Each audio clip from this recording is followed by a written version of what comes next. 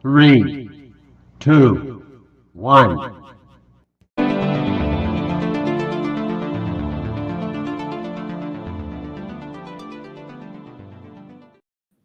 Hello and welcome to another episode of the Fantasy Football Happy Hour podcast. It is week 14 of the NFL season. That means it is the final week for bye weeks in the NFL, which I know we are all looking forward to as avid fantasy football players. I'm going to be previewing all the week's action, including my games of the week.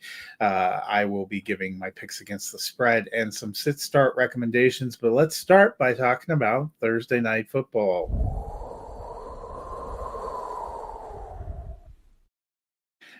Thursday Night Football saw two of the better teams in the league square off as the Detroit Lions hosted the Green Bay Packers. If the playoffs started today, both of these teams would be in. The Packers, despite having 9 wins coming into the game, were sitting in third in the NFC North. That's just how competitive the NFC North has been. The Lions were tied for the league lead in the best record in the NFL. And you know what? After Thursday's game, they've got it all by themselves. They are now 12-1. They held on for the 34-31 victory. A couple of daring fourth down, go for it situations from Dan Campbell. What else would you expect?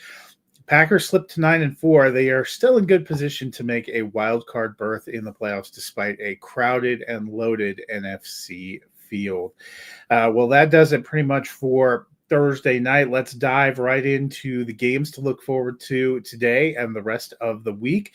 I'm going to start with my early game, and that is the Atlanta Falcons host at the Minnesota Vikings. This is the third rung of the great teams in the NFC North. The Vikings 10-2.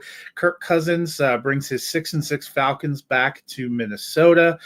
Kind of a homecoming for him. The Falcons are in first place in their division, but it's a tenuous hold. They have lost 3 straight. Cousins has not thrown a touchdown in any of those games. 6 interceptions. This is a real big battle that has big playoff implications. The afternoon game I'm keeping an eye on. The Seattle Seahawks at 7-5 had to play the 6-6 Arizona Cardinals. These two met in week 12, the Seahawks winning 16-6 at home that vaulted them back into first place in the NFC West. The Cardinals are hoping to kind of return the favor here. These two teams kind of battling at the top. The Rams also 6-6 in the mix. The 49ers seemingly fading away, 5-7, just too many injuries. So this is a real impact on the playoffs. The way it's tracking right now, the winner of the NFC South and the winner of the NFC West are probably going to be the only teams from that division to make it in, because we have the Commanders, we have 3 in the North that are tracking more toward the wild card. So a lot of stakes here. Big AFC West battle for Sunday Night Football. The 9-4 Los Angeles Chargers are heading to battle the 11-1 Kansas City Chiefs. 8-4 Los Angeles Chargers for the 11-1 Kansas City Chiefs. Chiefs came into the week tied for the best record in the NFL. They have the best record in the AFC conference, but they would lose a head-to-head tiebreaker with Buffalo. Buffalo is at Los Angeles earlier in the afternoon. If Buffalo wins, that'll keep the pressure on. If Kansas City were to lose, they would actually slip to the number 2 seed with a tied record with Buffalo wins in the afternoon. The Chargers, meanwhile, they are sitting as the top wildcard spot. They rebuffed the Baltimore Ravens. They beat the Denver Broncos earlier this season. Those are the 2 other wildcard teams. They still have one more game with the Broncos coming up down the stretch, but this will go a long way. This would give them somewhat of a chance to possibly get into a position to maybe overtake the Chiefs for the lead in the AFC West. We will see how all that goes. But that should be a fun Sunday night game. And finally, the Monday night game. This one probably looked good on paper when they were drawing up the schedule, but right now the 4-8 Cincinnati Bengals and the 5-7 Dallas Cowboys are 2 teams going nowhere in a hurry. Could be some fun offense. We shall see. CeeDee Lamb is there. The Bengals have both T. Higgins and Jamar Chase healthy, and Chase Brown has looked good in the backfield. This one hopefully will put up fantasy points, if nothing else, but not probably as many playoff stakes as there were at one point in time. Got a quick lineup question. Has to start one quarterback between Derek Carr and Aiden O'Connell. I would probably take Aiden O'Connell. He looked pretty good last week. One tight end. I'm going with Pat Freiermuth there. One wide receiver. I'm going to go with Devonta Smith, especially with Dallas Goedert out.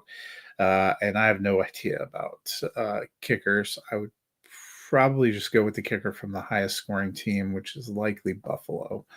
But I don't do a lot of leagues with kickers anymore. Next up, I will be looking at my sit start recommendations.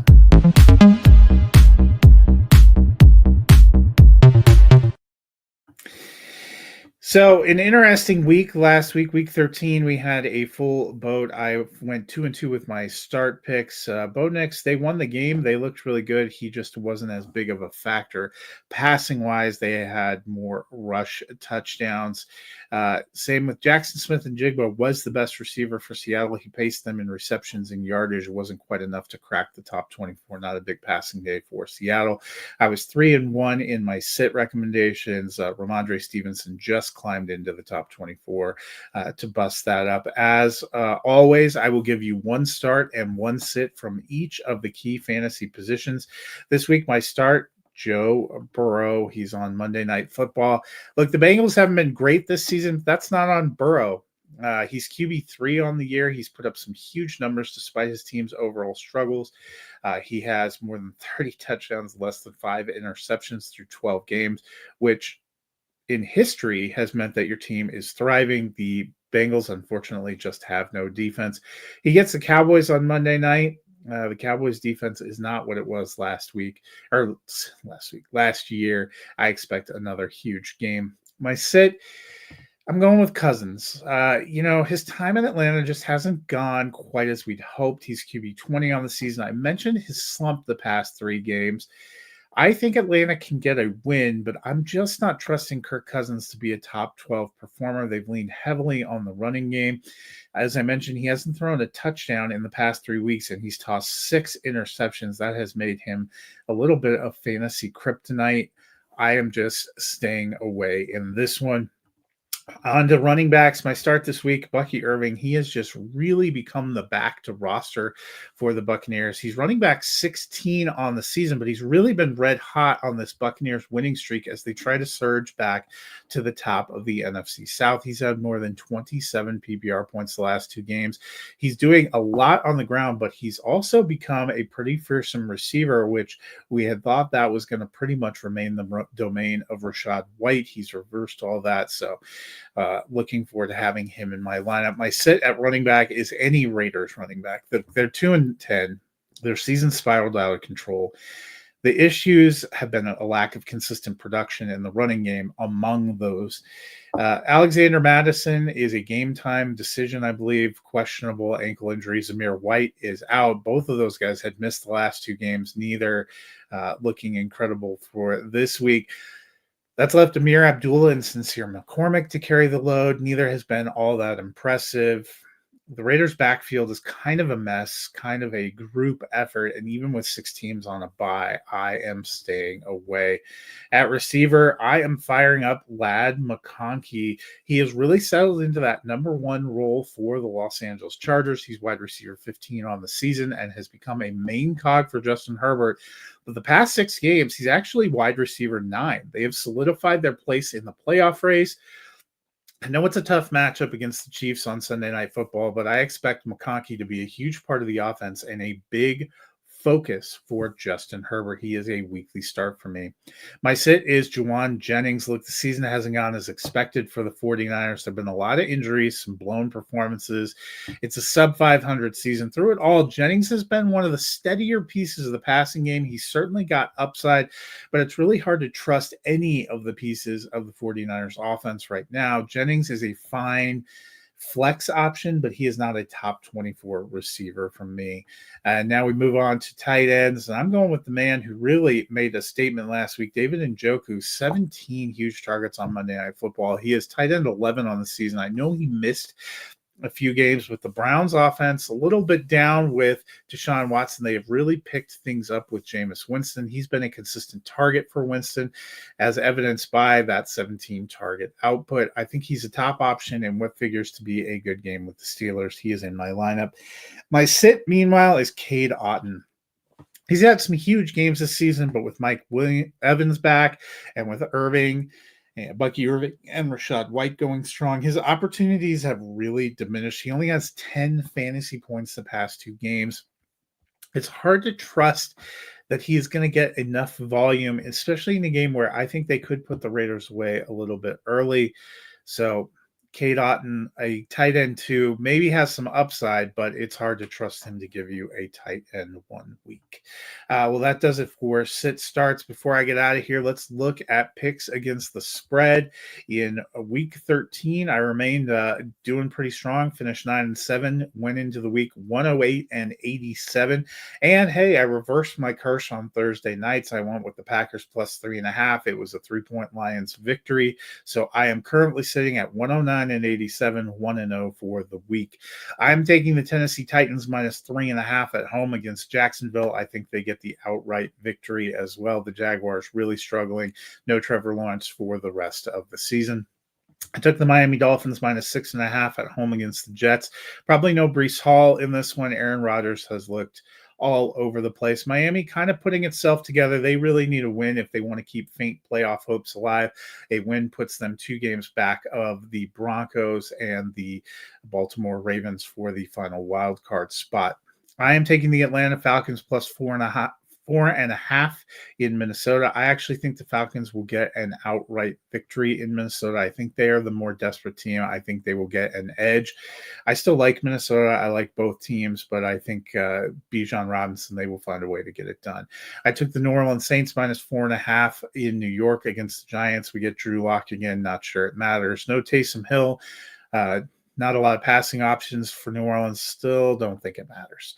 I took the Carolina Panthers plus 12.5 over the Philadelphia Eagles. I think the Eagles will get the outright victory. 12.5 is a lot of points. Carolina has been playing better. I think this one could be a little closer than that. I took the Cleveland Browns plus 6.5 in Pittsburgh. I know the Browns beat Pittsburgh 2 weeks ago. I think Pittsburgh will get the outright victory, but I don't think it's by a touchdown or more. The Browns have been playing well of late. I took the Tampa Bay Buccaneers minus 7.5 at home against the Las Vegas Raiders. The Raiders season hasn't gone as expected. They had a good output from Aiden O'Connell last week. He could have a fun day again, but I think the Buccaneers are a better team and have a good defense. I took the Arizona Cardinals minus 2.5 at home over the Seahawks. I think the Cardinals will get the home win. Both these teams will be 7-6, and it'll be a dogfight down the stretch for the NFC West. I took the Buffalo Bills minus 4.5 in Los Angeles against the Rams. I know the Rams are fighting for a playoff spot, but I think the Bills are one of the best teams in the league. A little bit of an interesting one.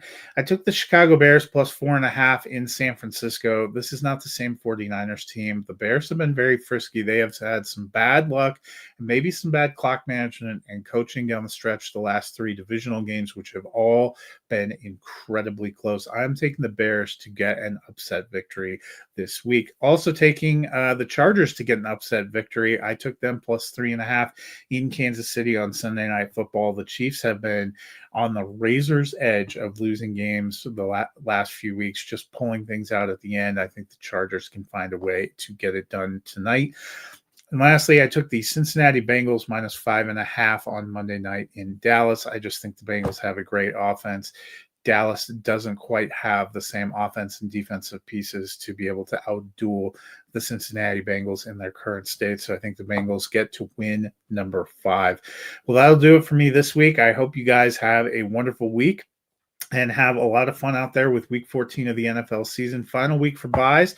Last week of the conventional regular season in fantasy football. So we'll talk a little bit of fantasy football playoffs next week. Until then, you guys have a wonderful